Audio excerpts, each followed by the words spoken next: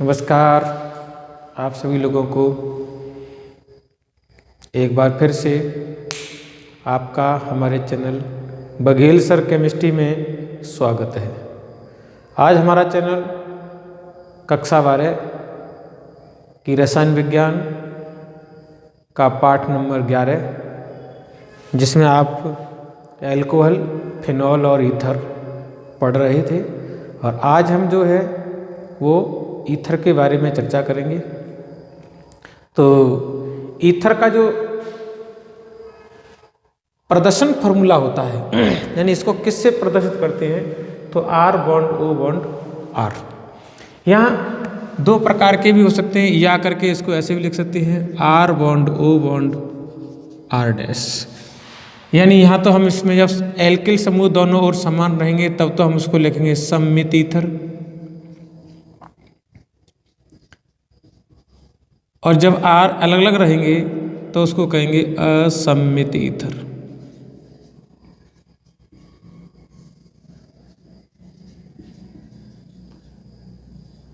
Ether का जो सामान्य फॉर्मूला होता है,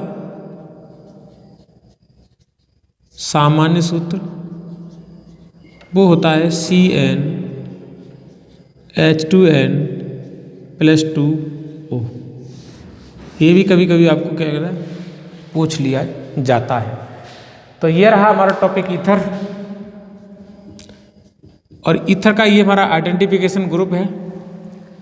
ऐसे भी हम इसको प्रदर्शित करते हैं, ऐसे भी हम इसको प्रदर्शित करते हैं, और ये रहा हमारा सामान्य सूत्र। तो आज हम बात करेंगे ईथर के बनाने की। ईथर के बनाने की विधियां।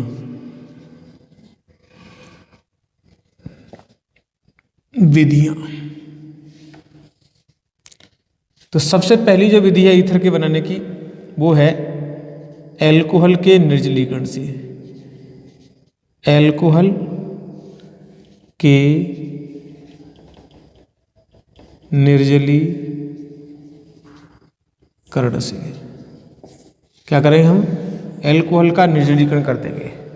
तो एल्कोहल का निर्जलीकरण दो तरीके से होता है। हम क्या कर रहे हैं हम यहाँ पर जो रिएक्शन है उसको ले रहे हैं। तो रिएक्शन हमारी क्या है, क्योंकि एल्कोहल का निर्जलीकरण दो तरीके से होता है, तो हमने लिया CH3 single bond CH2 single bond OH। ठीक है, इसका दो तरीके से होता है। हालांकि हमने पिछले वाले वीडियो में इसमें आपको मिलेगा ये कि इसकी क्रिया हम किससे कराएंगे, H2SO4 की उपस्थिति में 443 केल्विन ताप पर इसको हीट कर देंगे। तो यहाँ से क्या होगा, यहाँ से आपका वाटर मॉलिक्यूल निकल जाएगा और CH2 डबल बॉन्ड CH2 प्राप्त हो जाएगा, प्लस क्या मिलेगी आपको H2O प्राप्त हो जाएगा। ये आपको एथीन मिलेगी, एल्कीन। एथीन का मतलब है एल्कीन प्राप्त होती है अगर हम इसमें इतने टेम्परेचर पर गर्म कर दिया। तो इसी की उपस्थिति में हम H2SO4 की उपस्थिति में 413 केल्विन ताप पर हीट करते हैं, लो टेम्परेचर पर। तो ये जो है वो इसके दो मॉलिक्यूल क्रिया करेंगे। यहाँ पर दो मॉलिक्यूल का मतलब है 50% इसका भाग और 50% इसका भाग, ऐसे भी आप क्रिया कर सकते हैं। या आप इसके दो मॉलिक्यूल ले लेंगे तो क्या मिलेगा आपको CH3 single bond CH2 single bond O single bond CH2 और सिंगल बॉन्ड CH। यहाँ पर भी आपका वाटर मॉलिक्यूल निकलेगा। तो यहाँ पर भी निर्जलीकरण, लेकिन यहाँ पर क्या हुआ, यहाँ पर हमें प्राप्त होगा ईथर। क्या प्राप्त हो रहा है, ईथर प्राप्त हो रहा है। तो ये हमारी क्या है ईथर के बनाने की विधि है, वो किसके द्वारा है, एल्कोहल के निर्जलीकरण से। तो इसका कहने का मतलब है कि जब हम एल्कोहल का निर्जलीकरण शांत सल्फ्यूरिक अम्ल की उपस्थिति में 413 केल्विन ताप पर कराते हैं, गर्म करते हैं, तो यहाँ से वाटर का मॉलिक्यूल निकल करके और आपको क्या प्राप्त होता है, ईथर प्राप्त होता है।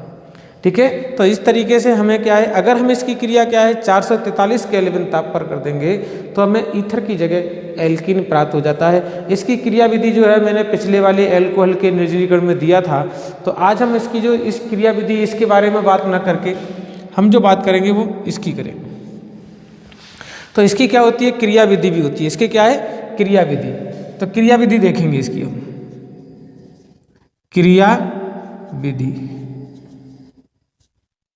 ठीक है, अब क्रिया विधि में क्या है, क्रिया विधि में जो ईथर है ना वो एक SN2 अभिक्रिया के तहत काम करता है। SN2 क्रिया विधि के, SN2 क्रिया विधि के तहत काम करता है क्रिया विधि। SN2 क्रिया विधि में क्या होता है, दो न्यूक्लियोफिलिक एक साथ जुड़े रहते हैं, यानी दो जो क्रिया कारक हैं वो एक साथ जुड़े रहेंगे, वहाँ SN2 क्रिया विधि हो जाएगी। तो सबसे पहले क्या होगा कि जो हमारा H2SO4 है, हम इसको ऐसे देखते हैं डायरेक्ट सी, H2SO4 जो है वो आयनित होता है किसमें, H प्लस में प्लस HSO4 माइनस में। ठीक है, ये इसमें क्या हो जाता है आपका आयनित हो जाता है। तो ये जो H प्लस है वो अटैक करता है एल्कोहल पर। तो हमने क्या लिया यहाँ पर CH3 सिंगल बॉन्ड CH2 और सिंगल बॉन्ड OH। यहाँ पर क्या आपको दिखाई दे रहे हैं, एकांकी इलेक्ट्रॉन युग्म। जब यहाँ पर एकांकी इलेक्ट्रॉन युग्म हो जाएंगे तो यहाँ पर क्या करेगा, ये H प्लस जो है वो अटैक करेगा कहाँ पर, इन एकांकी इलेक्ट्रॉन युग्मों पर। जब अटैक करेगा तो आपको क्या मिलेगा, CH3 single bond CH2 single bond OH2 positive. इसे कहते हैं ऑक्सोनियम आयन। क्या कहेंगे इसको, ऑक्सोनियम आयन बन गया।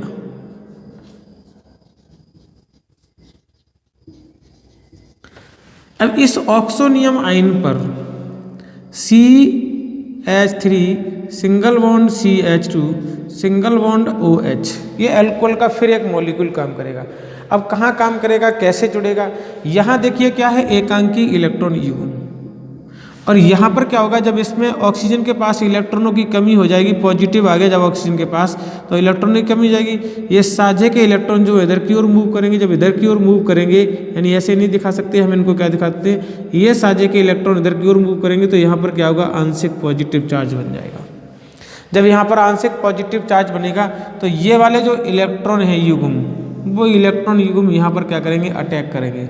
जब यहाँ पर अटैक करेंगे तो हमारी संरचना क्या बनेगी, CH3 सिंगल बॉन्ड CH2, इसी के साथ जुड़ गए अब ये, और क्या बनेगा यहाँ पर O bond CH2 bond CH3, और यहाँ पर आपका क्या आ गया, H आ गया। अभी हमारा पॉजिटिव कहाँ चला गया, यहाँ, और ये बॉन्ड टूट जाएगा तो यहाँ से हमारा वाटर मॉलिक्यूल जो है वो लिबरेट हो जाएगा। तो जब यहाँ पर हमारा वाटर मॉलिक्यूल लिबरेट हो जाएगा तो यही जो क्रिया है ना, वो एक न्यूक्लियोफिलिक तो इधर से जुड़ा हुआ है, एक न्यूक्लियोफिलिक इधर से जुड़ा हुआ है, अर्थात यहाँ पर क्या है, यहाँ दोनों समूह एक साथ अटैक कर रहे हैं। तो ये जो स्टेप है वो SN2 स्टेप है। कौन सा है, SN2 स्टेप है। तो अगले स्टेप में क्या होगा, अगला जो स्टेप आएगा वो हमारा यहाँ से क्या होगा, जब ऑक्सीजन के पास इलेक्ट्रॉन की कमी हो जाएगी तो ये वाला बॉन्ड टूट के यहाँ चला जाएगा, और अब आपको क्रिया क्या मिलेगी, CH3 single bond CH2 single bond O बन जाएगा, और यहाँ क्या बनेगा, CH2 single bond CH3 plus क्या निकल जाएगा आपका H प्लस, क्योंकि हमने क्रिया करने के लिए सबसे पहले क्या लिया था, H प्लस लिया था, और क्रिया के लास्ट में भी हमें क्या प्राप्त हो गया, H प्लस प्राप्त हो गया। तो ये हमें क्या मिल गया, ईथर। क्या प्राप्त हो गया आपको, ईथर, जिसका नाम क्या है, जिसका नाम है डाई एथिल ईथर। तो इस तरीके से हमने जो है एल्कोहल के निर्जलीकरण के द्वारा ईथर प्राप्त कर लिया। और ये जो क्रिया हो रही है वो आपकी कितनी है, 413 केल्विन ताप पर है। 413 केल्विन ताप पर ये क्रिया कराई जा रही है। अगर हम इसका टेम्परेचर ज़्यादा ले लेंगे तो अब यहाँ क्या होगा, यहीं पर आपका पॉजिटिव बन जाएगा, यहीं से आपका पॉजिटिव भी निकल जाएगा। तो ये 413 डिग्री सेल्सियस ताप की क्रिया जो है वो हमने पीछे दिखाई थी। यहाँ नोट यहाँ पर आप यह रहेगा कि इस अभिक्रिया द्वारा, इस क्रिया द्वारा सेकेंडरी एल्कोहल, सेकेंडरी तथा टर्सरी एल्कोहल से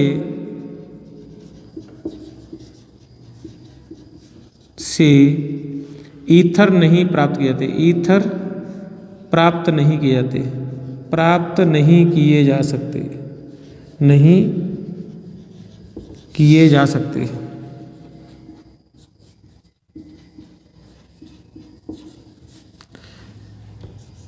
तो यहाँ सेकेंडरी और जो टर्सरी एल्कोहल होगा वो यहाँ पर आपका क्रियाशील नहीं होगा और यहाँ पर इस तरीके से ये जो है क्रिया नहीं देंगे, क्योंकि वो जो क्रिया होती है वो SN1 पर चालू होती है। वो जो क्रिया होती है, क्योंकि ये SN1 क्रिया के तहत काम करते हैं, क्रिया के तहत काम करते हैं, तहत कार्य करते हैं। और जब वो उसके तहत कार्य करेंगे तो कार्बोनियम आयन बनाएंगे। जब वो कार्बोनियम आयन बनाएंगे तो प्रोटॉन को डोनेट करेंगे, और प्रोटॉन को डोनेट करेंगे तो आपको एल्कीन बना देंगे। तो इस प्रकार जो क्रिया है वो इस तरीके से नहीं हो रही। यहाँ पर आपकी जो क्रिया है वो कैसी हो रही है, SN2 मैकेनिज्म के अंतर्गत हो रही है। तो ये आप जो है आगे की ओर ध्यान रखेंगे। अगली बात जो है वो हम दूसरी विधि की बात कर रहे हैं, वो प्रयोगशाला में भी काम आ जाती है। कहाँ काम आ जाती है, वो प्रयोगशाला में भी काम आ जाती है। तो दूसरी बनाने की विधि देखेंगे, उसे कहते हैं विलियमसन ईथरीय संश्लेषण। क्या लेते हैं, उसका नाम है विलियमसन ईथरीय संश्लेषण। दूसरा हमारा टॉपिक है विलियमसन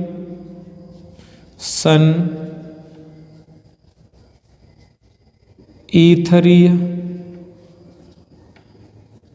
संश्लेषण विधि द्वारा, है ना। तो अब हम ये विधि जो हमारी प्रयोगशाला में भी काम आती है, प्रयोगशाला विधि भी है। तो प्रयोगशाला विधि में भी हम इसका यूज करते हैं। अच्छा, यहाँ पर क्या है, यहाँ पर ये है कि एक एल्किल हैलाइड और दूसरा एल्किल का सोडियम ऑक्साइड यानी एलॉक्साइड। एक एल्किल हैलाइड और दूसरा क्या है, एलॉक्साइड की जब क्रिया आपस में कराते हैं तो आपको क्या प्राप्त होता है, ईथर प्राप्त होता है। तो वो देखिए ईथर क्या होगा, हम इसकी रिएक्शन लिख देते हैं जर्नल। तो R bond X plus NaOR। तो यहाँ से क्या निकलेगा, आपका NaX निकल जाएगा और क्या होगा आपका R bond O bond R प्राप्त होगा प्लस आपको NaX मिल जाएगा। ये क्या होगी, हमारी ईथर बन गया। तो इस तरीके से हम यहाँ क्या करेंगे, ईथर प्राप्त करेंगे। अर्थात ये जो ईथर है ना, इस ईथर में क्या होगा, इस ईथर के द्वारा जो है वो हम प्राइमरी, सेकेंडरी, टर्सरी तीनों प्रकार के एल्कोहल लेकर के भी हम ईथर बना सकते हैं। जो प्रतिस्थापन अभिक्रिया है वो द्वितीय तृतीयक एल्कोहल में वो ईथर बनाने की इस विधि जो है वो जो SN2 मैकेनिज्म है उसके तहत भी आक्रमण करती है। लेकिन यहाँ पर आक्रमण जो है वो अलग प्रकार का है, यहाँ पर जो आक्रमण है वो अलग प्रकार का है। तो अब हमने क्या किया, यहाँ पर इसके डेरिवेटिवों को लेंगे अलग अलग, आपके प्राइमरी एल्कोहल से भी क्रिया कराएंगे, सेकेंडरी एल्कोहल से भी बनाएंगे, टर्सरी एल्कोहल से भी बनाएंगे। तो तीनों प्रकार के एल्कोहल से हम इसकी क्या करेंगे, क्रिया करा करके प्राप्त करेंगे। तो अब हमने क्या किया, हमने आपका एक ले लिया CH3 CH2 और X प्लस ले लिया NaO CH2 और CH3। अब क्या होगा, सीधा से यहाँ पर आप NaX निकाल देंगे और जब NaX निकालेंगे तो क्या मिलेगा आपको, CH3 single bond CH2 single bond O single bond CH2 और सिंगल बॉन्ड CH3 प्लस आपको क्या प्राप्त होगा,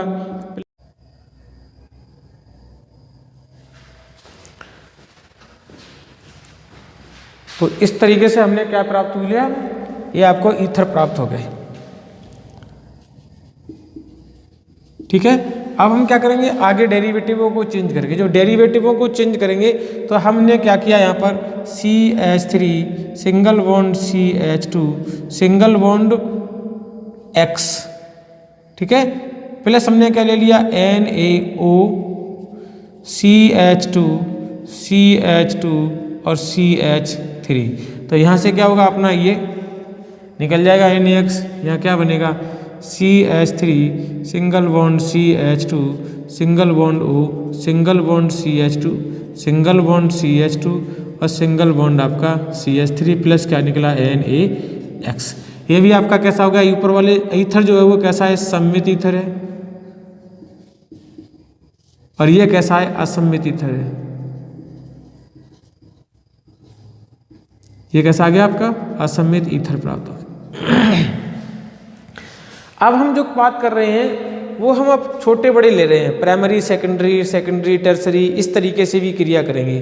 तो अब हम यहाँ क्या करेंगे, यहाँ जो हम डेरिवेटिव ले रहे हैं इसका, वो हम प्राइमरी का लेंगे, alkyl halide CH3 single bond CH2 single bond X, इसकी क्रिया कराएंगे NaO, और यहाँ पर हम ले लिया CH, सेकेंडरी ले रहे हैं हम आपके, तो CH3 सिंगल बॉन्ड CH3, यहाँ से क्या निकलेगा NaX निकल जाएगा, और आपका डेरिवेटिव क्या बनेगा CH3 सिंगल बॉन्ड CH2O, और मिलेगा CH सिंगल बॉन्ड CH3 और सिंगल बॉन्ड CH3।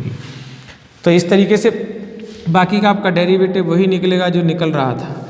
ये आपका फिर डेरिवेटिव बन गया, असममित ईथर प्राप्त हो गया। ठीक है, अगला जो हम ले रहे हैं वो हमने क्या लिया, CH3 bond X plus NaO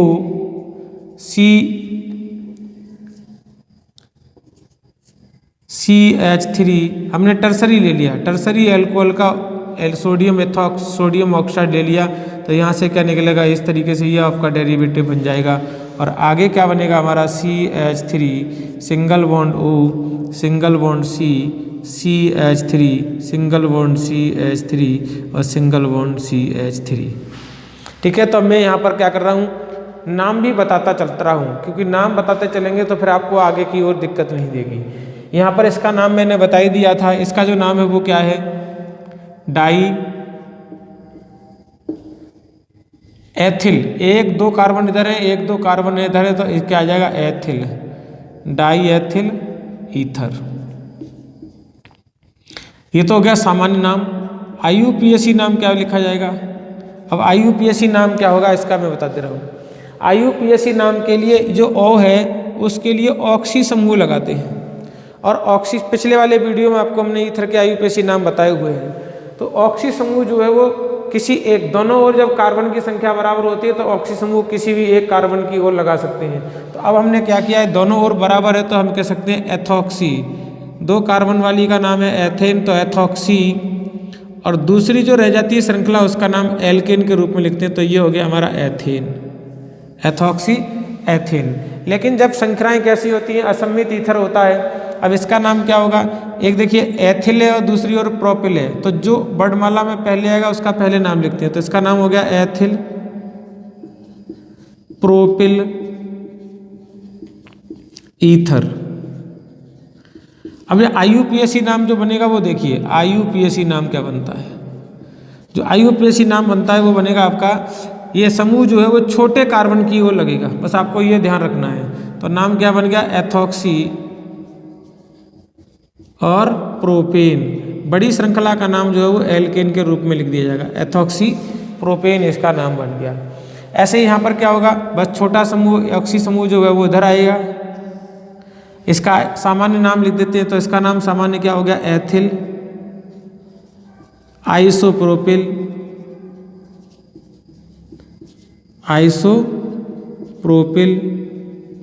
और ईथर हो गया आपका।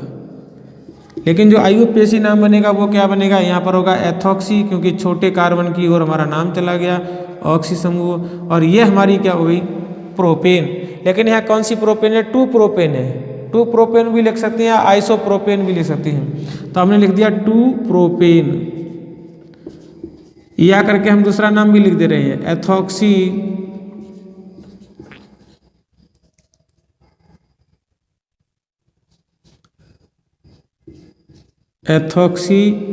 आइसोप्रोपेन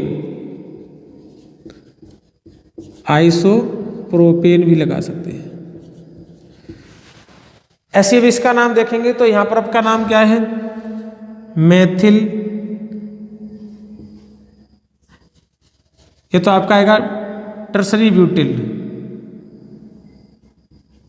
तृतीयक ब्यूटिल, मेथिल और ईथर। क्योंकि ब्यूटिल हमारा पहले आता है, मेथिल हमारा बाद में आता है, इसलिए मैंने इसका नाम लिख दिया। ऑक्सी समूह जो है वो उधर की ओर जाएगा, तो नाम क्या बनेगा,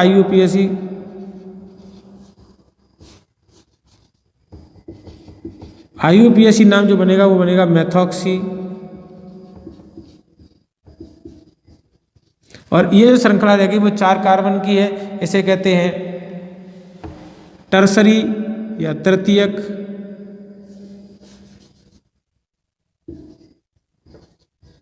तृतीयक ब्यूटेन। क्या नाम बनेगा इसका? तृतीयक ब्यूटेन।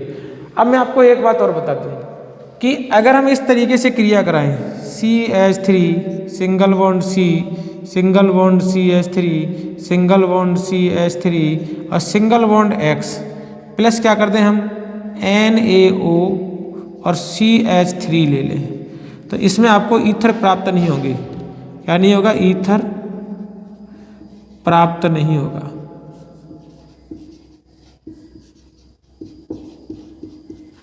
क्यों नहीं होगा उसका मैं आपको रीजन बता देता हूँ। ईथर प्राप्त क्यों नहीं होगा उसका मैं आपको रीजन बता देता हूँ। तो उसका रीजन देखिए क्या है। रीजन ये है यहाँ पर कि ऊपर वालों में क्या है, ये जो है वो अम्लीय प्रवृत्ति का होता है।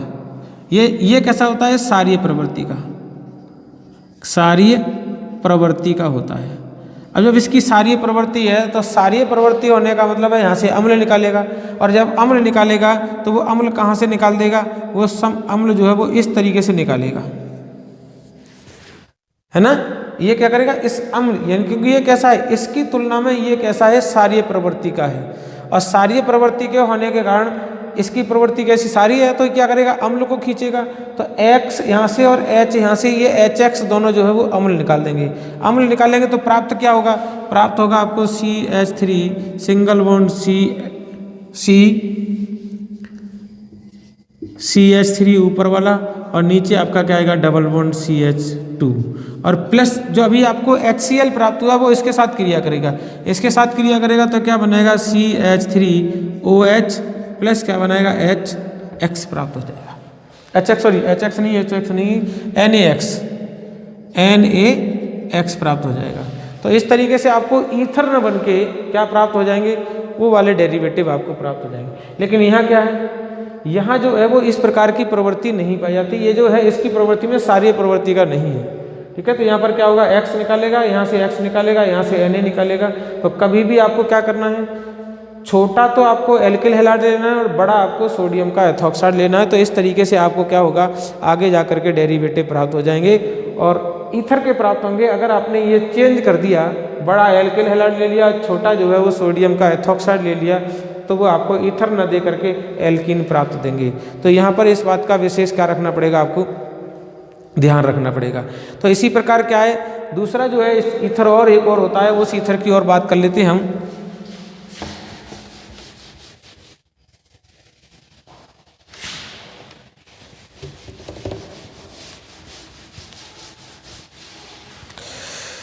तो अब जो हमारे पास होता है वो फिनॉल के साथ भी हमारा डेरिवेटिव बनते हैं ईथर के। तो हमने क्या लिया यहाँ पर? O बॉन्ड H, ठीक है। इसके सबसे पहले क्रिया कराएंगे NaOH के साथ। जब NaOH के साथ क्रिया कराएंगे तो आपको बनेगा सोडियम का फिनॉक्साइड। सोडियम का क्या मिलेगा आपको? ONa। और अब इसकी क्रिया किससे कराएंगे? किसी एल्किल हैलाइड से करा देंगे। R बॉन्ड X से इसकी क्रिया करा दी तो यहाँ से Na और यहाँ से X माइनस का NaX निकल के चला जाएगा, और यहाँ पर आपका जो है वो ईथर प्राप्त हो जाएगा, O और R। इसका नाम है phenyl, alkyl phenyl ether, alkyl phenyl ether. लेकिन अब इसी का डेरिवेटिव हम कौन सा ले रहे हैं? OCH3 ले लें। यहाँ क्या करें? R की जगह क्या ले लें? CH3। तो ये क्या हो जाएगा? इसका नाम बन जाता है एनिसोल। क्या कहते हैं इसको? एनिसोल कहते हैं। अगर हम इसमें क्या कर दें? ये वाला डेरिवेटिव लगा दें तो आपको क्या प्राप्त होगा? एनिसोल प्राप्त होगा। तो इसका आगे जा करके आप इस प्रकार से ईथर भी, हम फिनॉल का भी ईथर डेरिवेटिव होता है और एल्कोहल का तो होता ही होता है। तो ये रही आपकी एल्कोहल या एल्कोहलिक या हाइड्रोक्सी व्युत्पन्न से ईथर बनाने की विधियां, जिसमें 2 विधियां इंपॉर्टेंट हैं। नंबर 1 आपकी है कौन सी? एल्कोहल के निर्जलीकरण से, उसमें केवल और केवल प्राइमरी एल्कोहल आता है, और दूसरा है विलियमसन संश्लेषण विधि द्वारा, जिसमें भी एल्कोहल से ही प्राप्त करते हैं। तो एल्कोहल के सोडियम हाइड्रोक्साइड की सोडियम व्युत्पन्न की क्रिया हम किसी एल्किल हैलाइड से कराएंगे तो आपको क्या प्राप्त होंगे, ईथर प्राप्त होंगे। ये आपको इसमें जानकारी में मैंने बता दिया। तो आगे की बात जो देखेंगे वो हम क्या देखेंगे, आपके ईथर के भौतिक गुणधर्म।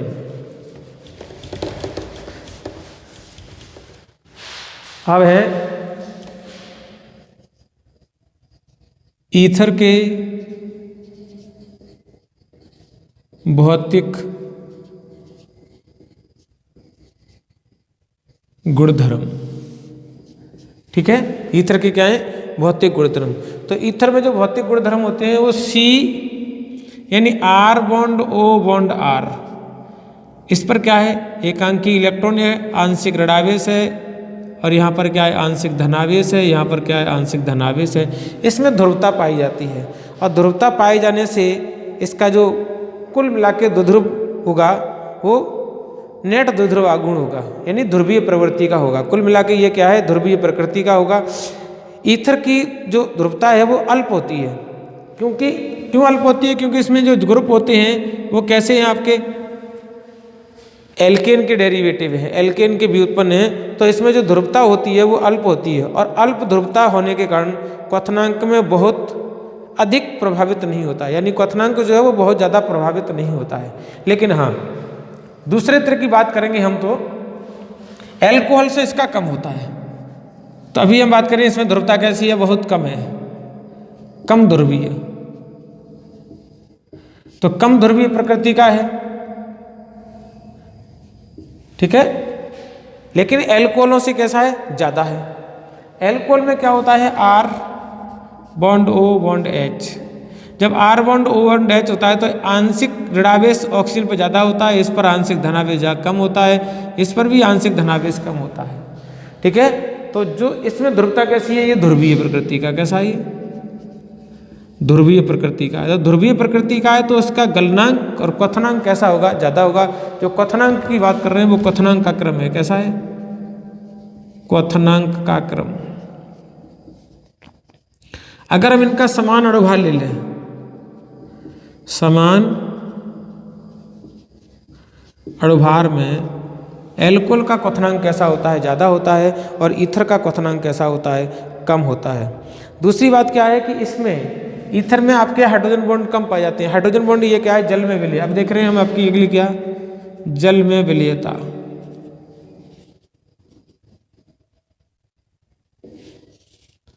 R bond O bond R में ऑक्सीजन पर एकांकी इलेक्ट्रॉन युग्म होने से ऑक्सीजन जल के हाइड्रोजन के साथ में क्या करता है, बॉन्ड बना लेता है। ऐसे क्या होगा, ये वाला भी आपका हाइड्रोजन जो है वो फिर ईथर के ऑक्सीजन के साथ में क्या करेगा, बॉन्ड बना लेगा। जब फिर ऑक्सीजन के ईथर के साथ बॉन्ड बना लेगा तो अब क्या होगा, अगला फिर अब करेंगे, अब क्या दोनों हाइड्रोजन फिक्स हो गए। अब कैसे बनाएगा, अब इस तरीके से बनाएगा। ये जो ऑक्सीजन है वो जल के हाइड्रोजन के साथ में क्या करेगा, बॉन्ड बनाएगा, और फिर यहाँ से क्या होगा, अगला ईथर आपका फिर जुड़ जाएगा। तो ये कैसे होते हैं, ईथर जल में मिश्रणीय होते हैं। ईथर की जल में मिश्रणी जो है वो आणविक द्रव्यमान वाले एल्कोहल, यानी समान आणविक द्रव्यमान वाले एल्कोहल के समान जो है वो विलय होते रहते हैं। यानी हम क्या करेंगे, यहाँ पर C1 से लेकर के C4 तक के जो ईथर हैं वो कैसे होते हैं, जल में विलय होते हैं। C4 तक के ईथर जल में विलय होते हैं, जल में विलय होते हैं। लेकिन जो एल्कोहल की अपेक्षा जो विलयता होती है वो थोड़ी कम होती है। तो अब हम तुलनात्मक किससे करेंगे, R बॉन्ड OH से, R bond O bond H। तो R बॉन्ड OH का मतलब है ये भी वाटर मॉलिक्यूल आ गया, और यहाँ से भी आपका क्या होगा, वाटर मॉलिक्यूल आ जाएगा। तो एक एल्कोहल के साथ में आपके दो वाटर मॉलिक्यूल जुड़ गए। लेकिन यहाँ पर क्या है, एक एल्कोहल के साथ में, एक ईथर के साथ में सिर्फ एक ही वाटर मॉलिक्यूल जुड़ा हुआ है। एक एल्कोहल ईथर के साथ में केवल एक ही वाटर मॉलिक्यूल जुड़ा है। यहाँ पर एक एल्कोहल के साथ में जो ऊपर हमने फिर लगा दिया R, में H लगाना पड़ेगा। एक ईथर के फिनॉल के साथ में 2 वाटर मॉलिक्यूल जुड़ गए, तो वाटर मॉलिक्यूल जैसे जैसे ज़्यादा जुड़ते जाएंगे विलेयता भी आगे की ओर बढ़ती चली जाएगी। तो ये क्या है हमारी विलेयता, एल्कोहल की ज़्यादा होती है, ईथर की कम होती है।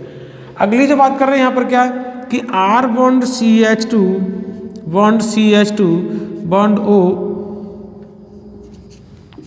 Bond CH2 bond CH2 bond R, अगर हम इसमें क्या करें, हम कार्बनों की संख्या बढ़ाते जाएं तो विलेयता कैसी हो जाएगी, घट जाएगी, क्योंकि ये कार्बन जो होते हैं वो कैसे होते हैं, अध्रुवीय प्रकृति के होते हैं, और अध्रुवीय प्रकृति के जल में अविलेय होते हैं।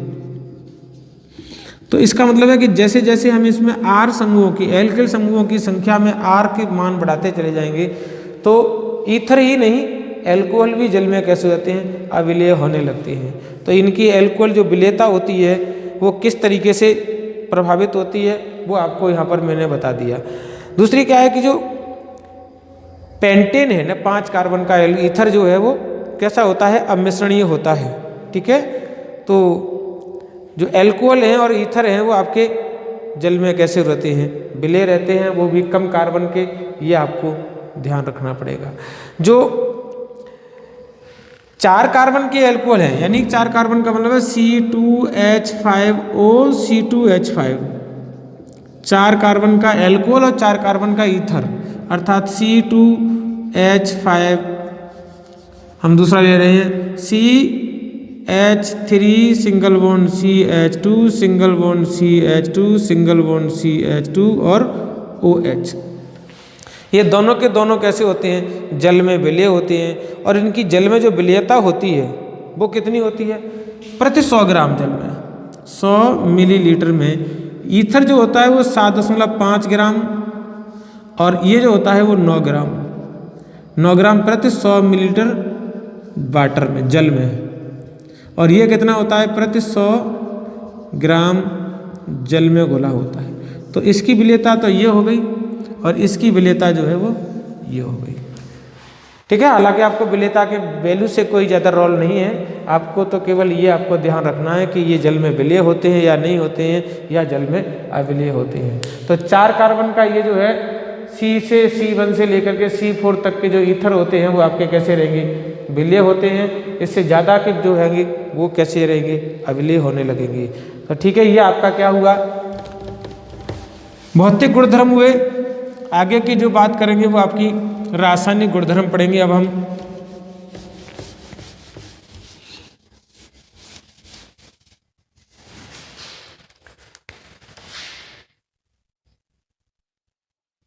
ईथर के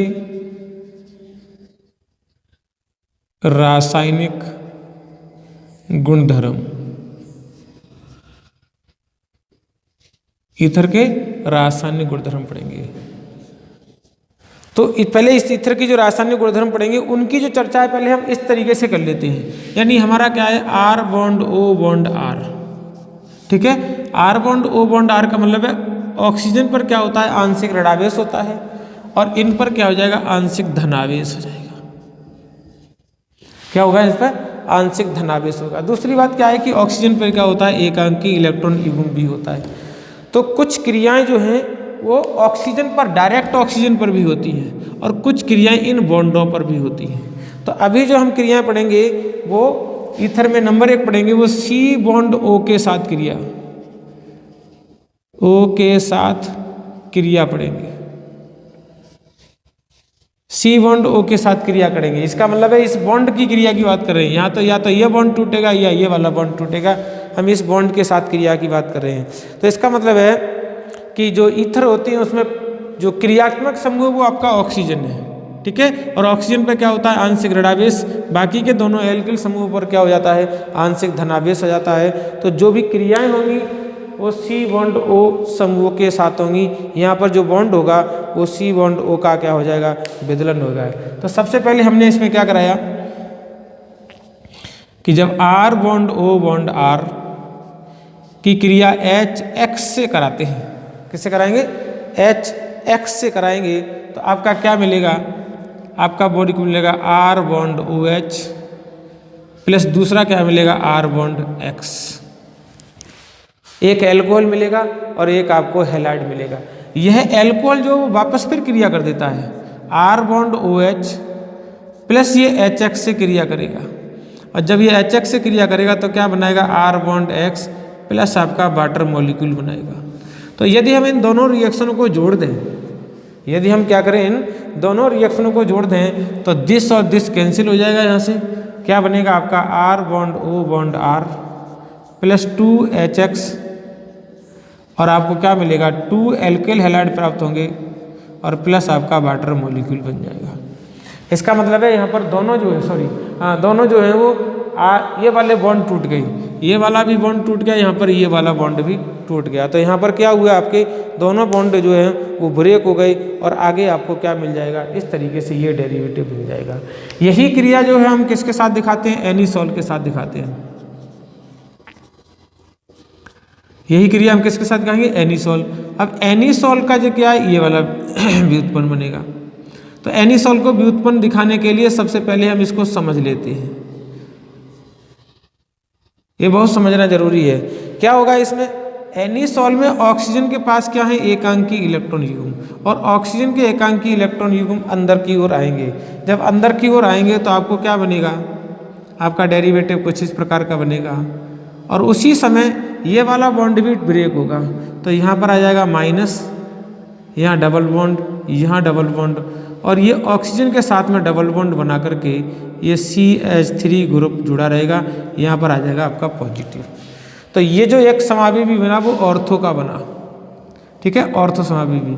अब ये जो बॉन्ड है ना, ये वाला टूट करके क्या आएगा, यहाँ पर, और ये वाला बॉन्ड टूट करके यहाँ चला जाएगा। तो आगे क्या बनेगा अपना, यहाँ डबल बॉन्ड आ जाएगा, यहाँ डबल बॉन्ड आ जाएगा, यहाँ माइनस आ जाएगा, और यहाँ क्या बन जाएगा, डबल बॉन्ड OCH3, और यहाँ बन गया आपका पॉजिटिव। अगली बार फिर क्या होगा, ये दोनों और क्रियाएं चलेंगी, क्योंकि ये अब ये वाला मॉलिक्यूल वापस यहाँ पहुँचेगा, ये वाला बॉन्ड टूट के यहाँ चला जाएगा। तो अगली वाला रिएक्शन क्या डेरिवेटिव बन जाएगा हमारा, डबल बॉन्ड OCH3 पॉजिटिव, और यहाँ आपका डबल बॉन्ड आ गया, यहाँ डबल बॉन्ड आ गया, O यहाँ पर माइनस आ गया। ये आपका पैरा डेरिवेटिव है, ये आपका ऑर्थो डेरिवेटिव है। ये कैसे ऑर्थो और पैरा हो जाते हैं ये हमने पिछले वाले वीडियो में बताया भी है, और हम बता भी देते हैं कि जहाँ जो समूह जुड़ा होता है उसके पास, यानी ये हमारा समूह जुड़ा है तो इनके पास वाले दोनों ऑर्थो, और ठीक उसके नीचे वाला पैरा, बाकी के दोनों जो होते हैं वो मेटा रह जाते हैं। तो माइनस समूह ऑर्थो पाया, ये समूह भी ऑर्थो पैरा पाया, और ये समूह हमारा कहाँ चला गया, ऑर्थो पर चला गया। अगले बार ये वापस यहाँ चला जाएगा, ये बॉन्ड ऊपर चला जाएगा। तो अब संरचना कौन सी बनेगी, सिंगल बॉन्ड OCH3, और ये आपका डबल बॉन्ड यहाँ आ गया, ये डबल बॉन्ड यहाँ आ गया, ये डबल बॉन्ड यहाँ आ गया। अब इस संरचना से और इस संरचना से कंपैरिजन करेंगे।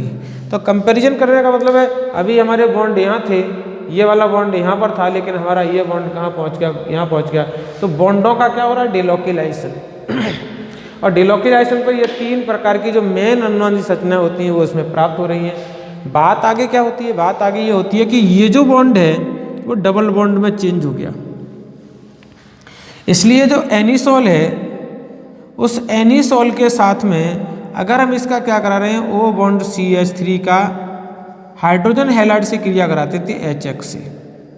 तो जब इसको HX से क्रिया कराएंगे तो ये वाला बॉन्ड ब्रेक होगा, ये वाला बॉन्ड ब्रेक नहीं होगा, अर्थात ये वाला जो बॉन्ड है वो नहीं टूटेगा। बॉन्ड टूटेगा कौन सा, ये वाला टूटेगा। क्यों टूटेगा, क्योंकि इस बॉन्ड पर क्या आ गई, द्विक बंध आकर, ये बॉन्ड कैसा होगा, पोलराइज हो गया, ध्रुवीयता बढ़ गई, क्योंकि इलेक्ट्रॉन कहाँ जाएंगे, इधर की ओर, तो ध्रुवीयता बढ़ जाएगी। तो अब जो डेरिवेटिव होगा वो किस तरीके से प्राप्त होगा, O, अब O पर क्या होगा, नेगेटिव चार्ज। भाई यहाँ पर क्या है, नेगेटिव चार्ज है, नेगेटिव चार्ज है तो यहाँ पर क्या लगेगा H, और आपको क्या प्राप्त होगा, फिनॉल, प्लस क्या प्राप्त होगा यहाँ पर CH3 और X, अर्थात यहाँ पर आपको क्या मिलेगा, फिनॉल प्राप्त होगा, और ये आपको एल्किल हैलाइड प्राप्त होगा। तो ये बातें जो है वो आपको विशेष कर क्या रखनी पड़ेंगी, ध्यान में रखनी पड़ेंगी। दो विभिन्न, अब ठीक है, तो ये आपका क्या हो गया, एनीसॉल के साथ क्रिया हो गई। ये तो हमारी सम्मित ईथर के साथ हो गई क्रिया, और ये हमारे एनीसॉल के साथ क्रिया हो गई। अगली हम क्या कर रहे हैं, असम्मित ईथर लेते हैं।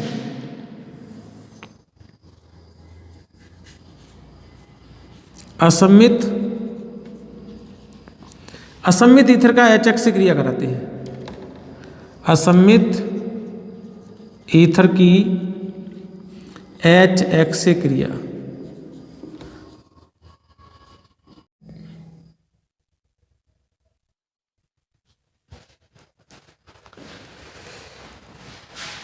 तो अब हम देखिए, हमने क्या देखेंगे, असमित ईथर, असमित ईथर की H बॉन्ड X से क्रिया। तो हमने क्या लिया यहाँ पर, R bond O bond R dash plus हमने HX की क्रिया कराई, तो आपको क्या मिल गया, R बॉन्ड OH मिल गया प्लस आपको R bond R dash X मिल गया।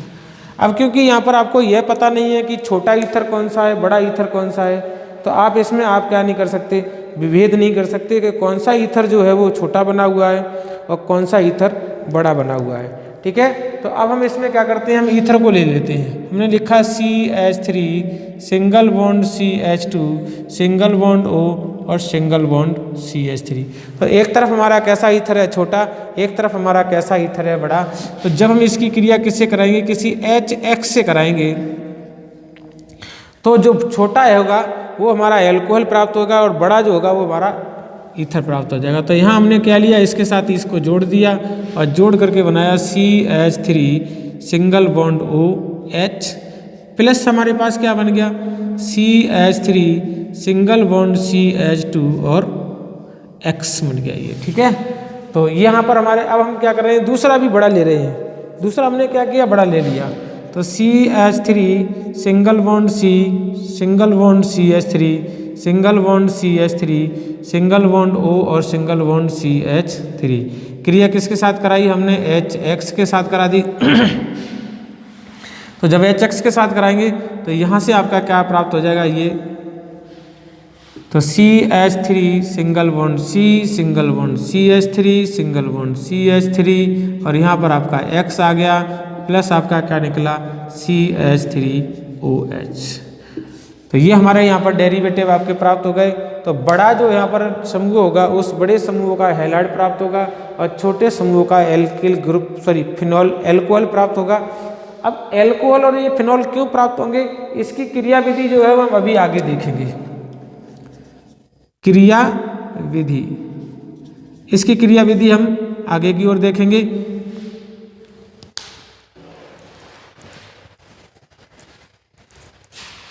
संरचनाएं क्या थी वो आपको पूछी भी जाती हैं इस तरीके से। हालांकि हमने इसी वीडियो बनाई है, अन्य संरचना जो बनाई है वहाँ पर ये प्रकार की क्रिया होंगी, तो वहाँ जो है वो इलेक्ट्रॉन स्नेही अभिक्रिया होंगी। अब कौन सी होंगी, इलेक्ट्रॉन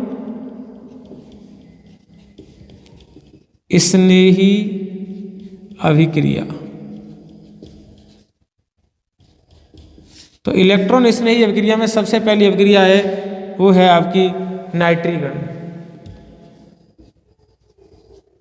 नाइट्रीकरण, और नाइट्रीकरण किस में किया जाता है, HNO3 के साथ किया जाता है। तो सबसे पहले हम क्या कर रहे हैं, एनिसॉल का नाइट्रीकरण कर रहे हैं। तो एनिसॉल का जब नाइट्रीकरण करेंगे तो वो देखिए हमारे पास क्या है, OCH3 क्रिया करा रहे हैं किसके साथ हम, HONO2 in the presence of H2SO4 के साथ। तो जब H2SO4 के साथ कराएंगे तो ये दो प्रकार के डेरिवेटिव देगा। मैंने आपको बताया था ये आपका इतना भाग क्या है, नेगेटिव हो जाता है और इतना भाग क्या बन जाएगा, पॉजिटिव। तो ये जो पॉजिटिव है मैंने आपको बताए थे अभी कि इस पोजीशन पे नेगेटिव होता है, इस पोजीशन पे भी नेगेटिव होता है, इस पोजीशन पे भी नेगेटिव होता है। तो ये जो मॉलिक्यूल है वो ऑर्थो पर भी, पैरा पर भी अटैक करेगा और ऑर्थो पर भी अटैक करेगा। तो दो प्रकार के डेरिवेटिव बनेंगे। जो मेन डेरिवेटिव है वो आपका वो तो बनेगा पैरा का OCH3 और यहाँ बनेगा आपका NO2। दूसरा जो डेरिवेटिव बनेगा वो आपका पैरा का भी डेरिवेटिव, ऑर्थो का भी बनेगा और वो हमारा क्या हो गया, OCH3 और यहाँ पर बनेगा NO2। तो हम इसे कहते हैं para nitro anisole, para nitro anisole, और इसमें क्या नाम है, ortho nitro anisole, ortho nitro anisole. ठीक है, तो दूसरी अभिक्रिया जो है वो आपकी है हेलोजिनेशन या ब्रोमीनीकरण ले रहे हैं हम इसका। दूसरी अभिक्रिया कौन सी हमारी, ब्रोमीनीकरण, ब्रोमीनीकरण। तो ब्रोमीनीकरण क्या करेंगे हम इसका, आपको डेरिवेटिव एक सेम जैसे प्राप्त होने वाली है, OCH3। क्रिया इस किसके साथ करा रहे हैं हम, ब्रोमीन के साथ क्रिया करा दे रहे हैं। ठीक है, तो Br2 के साथ हमने क्रिया करा दी एसिटिक अम्ल की उपस्थिति में, CH3COOH की उपस्थिति में। तो यहाँ पर भी आपके दो डेरिवेटिव बनेंगे। सबसे मेन जो डेरिवेटिव होता है प्रोडक्ट, वो आपका पैरा बनता है। तो OCH3 यहाँ क्या लगा दिया हमने, Br, और प्लस आपका दूसरा डेरिवेटिव कौन सा बन जाएगा, वो डेरिवेटिव ये बनेगा OCH3, और यहाँ बन गया आपका Br। तो इसका नाम है पैराब्रोमो एनिसोल, और ये जो बना है वो आपका ऑर्थोब्रोमो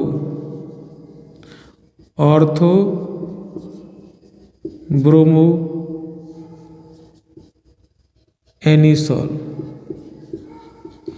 ठीक है, तो इस तरीके से आपने यहाँ क्या देखा, ये क्रिया हुई इसकी। अब जो मेन क्रिया है वो मैं इसी दो हटा दे रहा हूँ, बाकी की जो मेन क्रिया है वो ध्यान में देखेंगे, ध्यान से देखेंगे उसको। वो क्रिया क्या है, फ्रीडल क्राफ्ट क्रिया। इम्पोर्टेंट है, आपको किसी भी नाम से आए फ्रीडल क्राफ्ट क्रिया, आप फिनॉल के साथ भी दिखा सकते हैं, आप एल्केल हैलाइड यानी हेलोबेंजीन के साथ भी दिखा सकते हैं, और यहाँ भी दिखा सकते हैं। तो अगला जो आपका तीसरा टॉपिक है वो आप ध्यान रखेंगे, इम्पोर्टेंट है, और वो नाम क्या है, फ्रीडल क्राफ्ट रिएक्शन अभिक्रिया। ठीक है, अब फ्रीडल क्राफ्ट अभिक्रिया क्या है, उसमें हम आपको क्या दिख रहे हैं, ये हमारा रहा एनिसोल,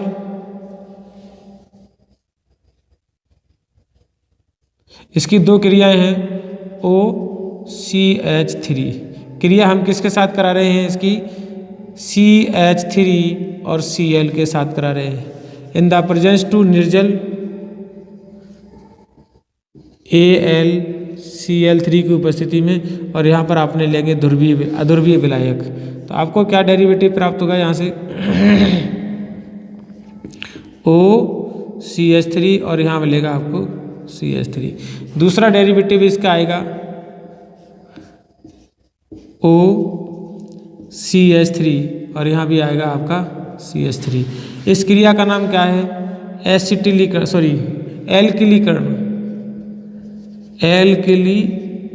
भी कहते हैं इसको। दूसरा अभिक्रिया जो हम इसकी ले रहे हैं वो क्या है, वो ये रही हमारी, और दोनों क्रियाओं की हम सीधी एक मैकेनिज्म बता देंगे, उसको आप ध्यान में से रखेंगे। तो CH3 सिंगल बॉन्ड, अब हमने क्या कराई, CH3 COCl से भी क्रिया करा लिया। किसे कराइए, हम CH3 COCl से क्रिया कराएंगे इसकी। ठीक है, तो अगला जो डेरिवेटिव हमारा प्राप्त होगा वो सेम इसी प्रकार का डेरिवेटिव प्राप्त होगा, क्योंकि उपस्थिति हम ऊपर वाली लेंगे। डेरिवेटिव हमारा क्या बनेगा यहाँ से, अभी हम इसमें मैकेनिज्म में आपको समझा देंगे। CH3 C double bond O और CH3, एक डेरिवेटिव बना, प्लस दूसरा डेरिवेटिव हमारा कौन सा बनेगा, ये तुम्हारा ऑर्थो समावि बना, और दूसरा कौन सा बनेगा, पैरा। तो CH3 बना, और C डबल बॉन्ड O, और अब मिला आपको CH3। ये जो क्रिया है वो कहलाती है एसिलीकरण। एसिलीकरण भी कहते हैं, एसिलीकरण, एसिटिलीकरण भी कहते हैं, या एसिलन भी कहते हैं। एसिलन ये क्या नाम है, इसका नाम है एरेलन।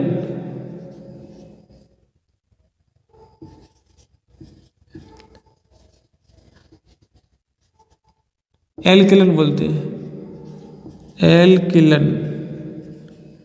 तो ये हमारा एल्किलन हो गया, ये हमारा एसिलन हो गया। ठीक है, अब इसकी क्रिया विधि देखते हैं।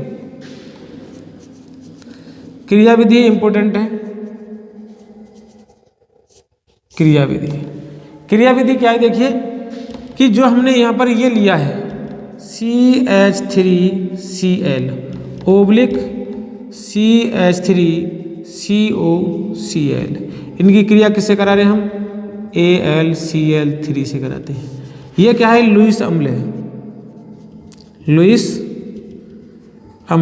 अम्ल को क्या चाहिए, एकांकी इलेक्ट्रॉन चाहिए। तो इन दोनों के पास क्या है, एकांकी इलेक्ट्रॉन है। जब ये एकांकी इलेक्ट्रॉन लेंगे तो ये क्या बनेगा, सबसे पहले बनाएगा AlCl4 माइनस प्लस, अगर आप मैथिल क्लोराइड लेते हैं तो ये बनेगा, ओब्लिक यहाँ ले रहे हैं तो आपको CH3CO पॉजिटिव मिलेगा। ठीक है, अब जो ये क्रिया है, ये दोनों क्रिया कारक होगा, यही क्रिया करेंगे। ये इलेक्ट्रॉन इस नहीं है, कैसे है ये इलेक्ट्रॉन इस नहीं, ये इलेक्ट्रॉन इस नहीं अभिकर्मक है। तो अब हमारे पास क्या है, हमारे पास बेंजीन की ये रही एनिसोल की संरचना, बेंजीन की संरचना, और बेंजीन की संरचना में O और हमने लगा लिया CH3। हमने अननोन संरचना में देखा था क्या कि यहाँ पर भी इलेक्ट्रॉन घनत्व था, यहाँ पर भी इलेक्ट्रॉन घनत्व था, यहाँ पर भी इलेक्ट्रॉन घनत्व था। तो हम इनकी किसी भी एक जगह क्रिया करा रहे हैं। अब क्रिया किसके साथ होगी, CH3 पॉजिटिव के साथ क्रिया करा ली। तो वो कहाँ करेगा, वो यहाँ पर अटैक करेगा, यहाँ पर भी अटैक करेगा। तो पहले मैं एक जगह अटैक करके दिखा देता हूँ। जब ये यहाँ पर अटैक करेगा तो अब क्या बनेगा, यहाँ पर OCH3, ये आपका डबल बॉन्ड यहाँ, ये डबल बॉन्ड यहाँ, यहाँ पर आपका क्या होगा H+ और यहाँ क्या होगा CH3, और यहाँ पर हो जाएगी इलेक्ट्रॉनों की कमी क्योंकि जो पॉजिटिव था वो इसके अंदर चला जाएगा। आगे क्या होगा, ये वाला जो प्रोटॉन है वो यहाँ पर एकांकी इलेक्ट्रॉन युग्म दे के जाएगा, अर्थात अपना पेयर जो है वो यहाँ को दे के जाएगा। जब यहाँ पर दे के जाएगा तो डेरिवेटिव कुछ इस तरीके से बनेगा, OCH3 और यहाँ जुड़ गया आपका CH3, इस जगह आ गया माइनस, इस जगह आ गया पॉजिटिव, ये डबल बॉन्ड बने हुए हैं। और ये पॉजिटिव जो ये वाला था वो, और प्रोटॉन दिया गया इलेक्ट्रॉन को आपका क्या बना लिया, डबल बॉन्ड, और यहाँ निकल के आ गया H+। अब ये जो H+ है वो जो निकल के गया है वो AlCl4 माइनस के साथ क्रिया करेगा और क्या बनाएगा, HCl बनाएगा, प्लस क्या बनाएगा, AlCl3 वापस बना लेगा।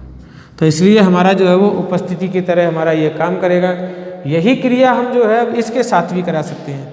तो अब इसके साथ हम उस डेरिवेटिव के साथ क्रिया कराएं तो एक ही पद में आपकी क्रिया खत्म हो जाएगी।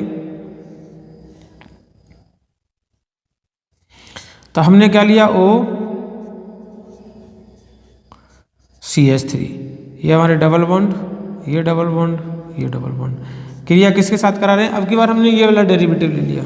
तो जब ये वाला डेरिवेटिव लिया तो क्या बनेगा आपका CH3 single bond CO positive, ये और ये एक जैसे हैं। अब की बार मैं क्रिया यहाँ करा दे रहा हूँ। तो ये जो मॉलिक्यूल है वो कहाँ अटैक करेगा, वो अटैक करेगा इस वाले कार्बन पर। जब इस वाले कार्बन पर अटैक करेगा तो क्या बनेगा, तब बनेगा ये वाला डेरिवेटिव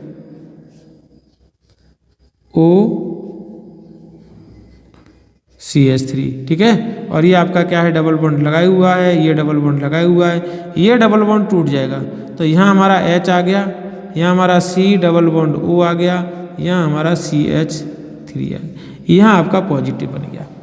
ठीक है, जब ये वाला पॉजिटिव बन जाएगा तो ये जो बॉन्ड है वो आपका टूट करके यहीं जाएगा। आगे डेरिवेटिव क्या बन जाएगा,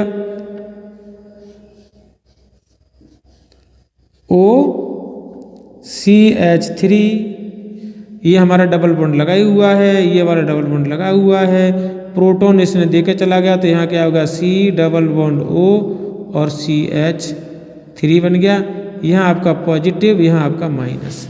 तो ये दोनों क्या कर लिया इन्होंने क्या किया, वापस में डबल बॉन्ड बना लिए और ये इस तरीके से मॉलिक्यूल बनके तैयार हो गया। OCH3, ये आपका डबल बॉन्ड है, ये डबल बॉन्ड है, यहाँ पर डबल बॉन्ड नया बन गया, ये बन गया COCH,